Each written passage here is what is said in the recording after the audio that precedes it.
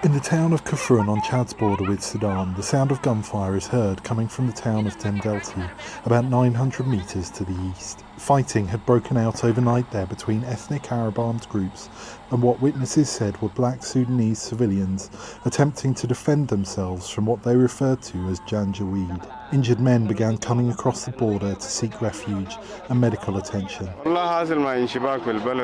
have been clashes over the border, and some have entered the town. Some of us tried to defend ourselves.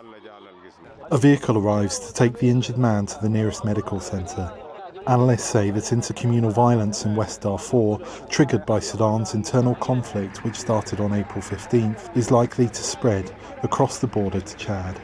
It's not in the interest of Europe or the United States or anyone for Sudan to continue to be in conflict, because it's 100% positive that the continuation and prolonging conflict in Sudan will spill over.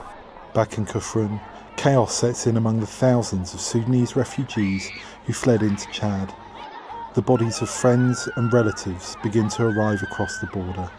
The refugees pulled the shirts over the faces of the deceased, makeshift shrouds. VOA counted at least 3 bodies. For some, the scenes were too much.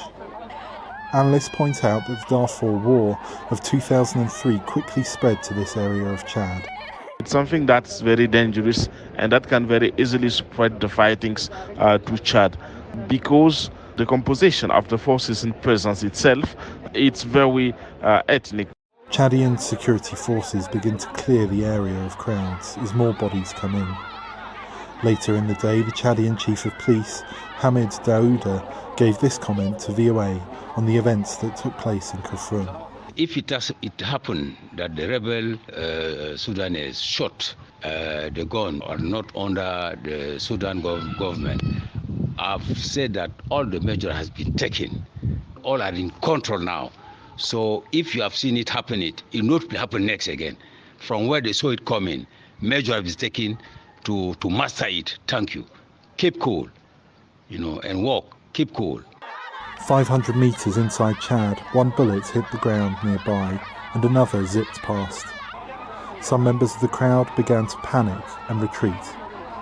This reporter left the area. Henry Wilkins for VOA News, Kafrun, Chad.